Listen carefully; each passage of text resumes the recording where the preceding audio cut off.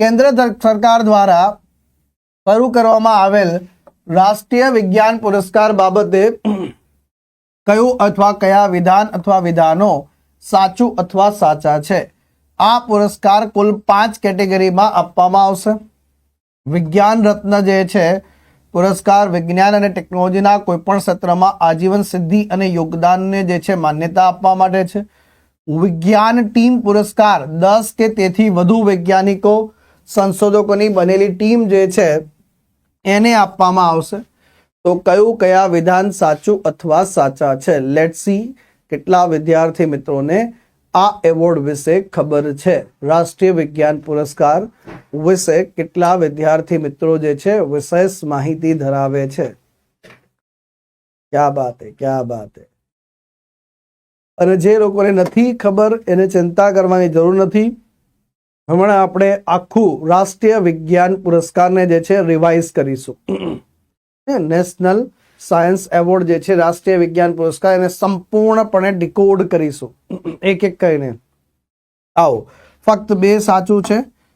તો જો ભારત સરકારના વિજ્ઞાન અને ટેકનોલોજી અને ઇનોવેશન ક્ષેત્રે રાષ્ટ્રીય પુરસ્કારનું એક સ્વરૂપ બનાવવામાં આવ્યું છે. પહેલા શું હતું કે 2023 પહેલાની વાત કરીએ તો આપણા દેશમાં વિજ્ઞાનના ક્ષેત્રે અલગ અલગ એવોર્ડ આપવામાં આવતા હતા. છૂટા છવાયા એવોર્ડ જે છે પ્રદાન કરવામાં આવતા હતા. પરંતુ જે છે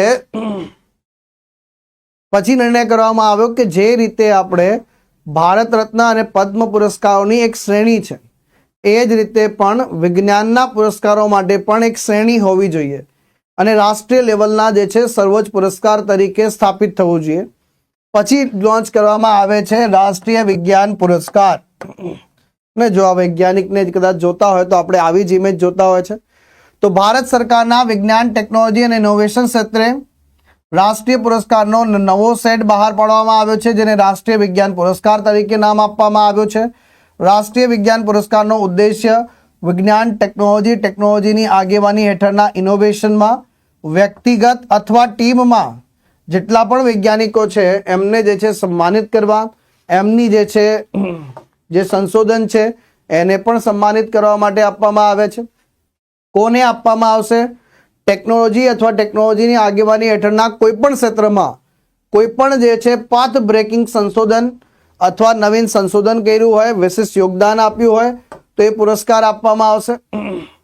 સરકારી ખાનગી ક્ષેત્રની સંસ્થાઓમાં કોઈ પણ જગ્યાએ કામ કરતા હોય, સરકારી સંસ્થામાં કાર્ય કરતા હોય, ખાનગી સંસ્થામાં કાર્ય કરતા વૈજ્ઞાનિકો હોય સાહેબ, કોઈ પણ ઇનોવેટર્સ છે સાહેબ, એ દરેકને જે છે પ્રદાન કરવામાં આવશે. ભારતીય સમુદાય હોય સાહેબ અથવા સમાજનો લાભ આપતા અસાધારણ યોગ સાથે વિદેશમાં રહેતા જે ભારતીયો છે એમને પણ જે છે આ પુરસ્કાર આપવામાં આવશે. તો વિદેશમાં ગયા, વિદેશની જે છે નાગરિકતા પ્રાપ્ત કરી લીધી પણ એમને જે છે ભારતીય સમુદાય અથવા ભારતને જે છે લાભ થાય એવી રીતે કંઈક પ્રદાન કર્યું છે તો એમને પણ પ્રદાન કરવામાં આવશે.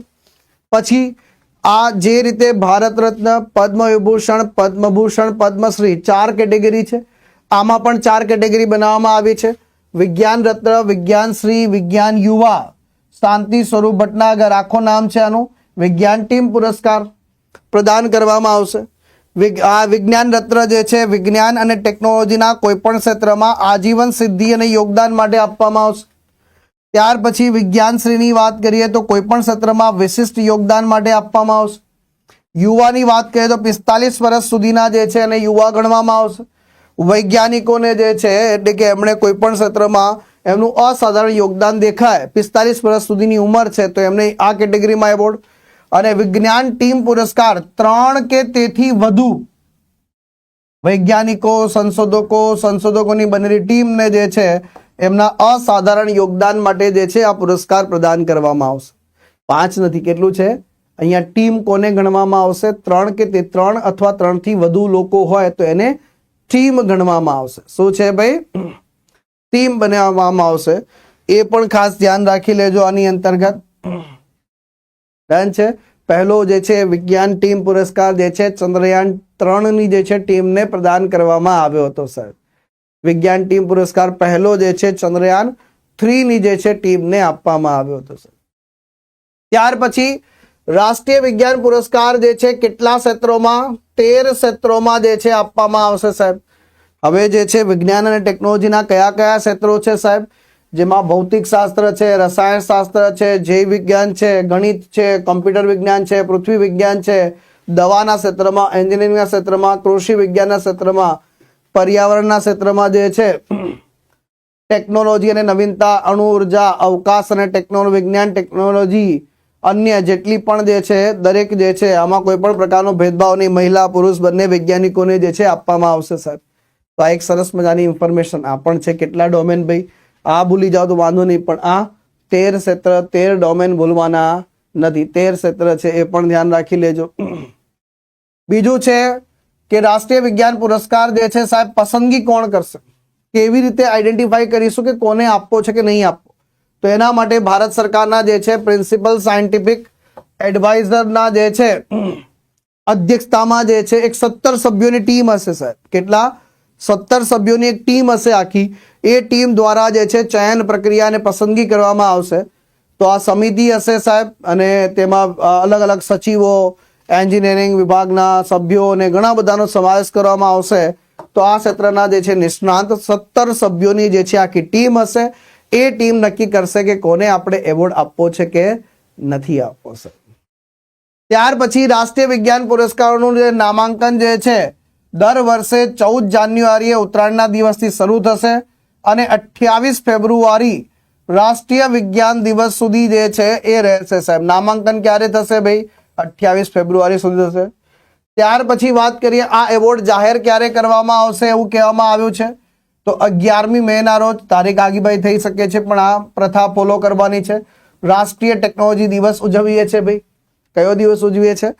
ત્યાર પછી જે છે એવોર્ડ સમારોહ જે છે દર વર્ષે 23મી ઓગસ્ટ એટલે કે રાષ્ટ્રીય અંતરિક્ષ દિવસ તરીકે જે છે ના અવસર પર જે છે પ્રદાન કરવામાં આવશે. ત્યાર પછી આમાં સનદ અને મેડલ બંને પ્રદાન કરવામાં આવશે. આ ઉપરાંત જે છે તમને બધાને ખ્યાલ હશે એમ કે આપણે જે છે સાહેબ 23 ઓગસ્ટનો અલગ મહિમા છે.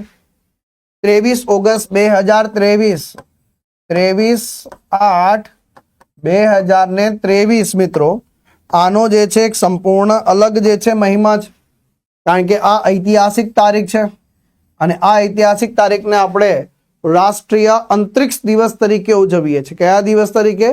રાષ્ટ્રીય અંતરિક્ષ દિવસ તરીકે ઉજવીએ છીએ. શા માટે? કારણ કે આ દિવસે આપણું જે છે ચંદ્રયાન 3 જે છે ચંદ્રના જે છે દક્ષિણ ધ્રુવ પર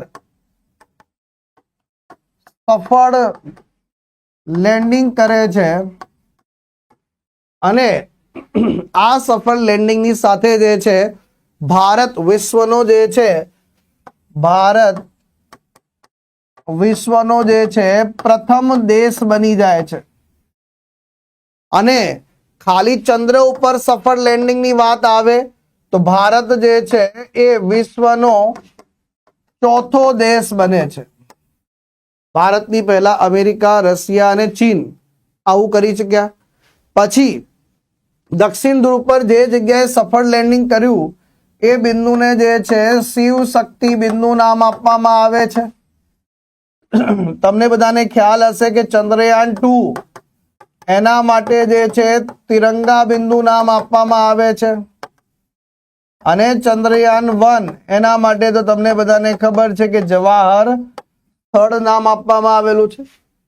તો આ બધી બાબતો આની સાથે જે છે જોડાયેલી છે અને એટલા માટે આ ઐતિહાસિક તારીખ જે છે 23 ઓગસ્ટ જે છે નેશનલ સ્પેસ ડે જાહેર કરવામાં આવેલી છે.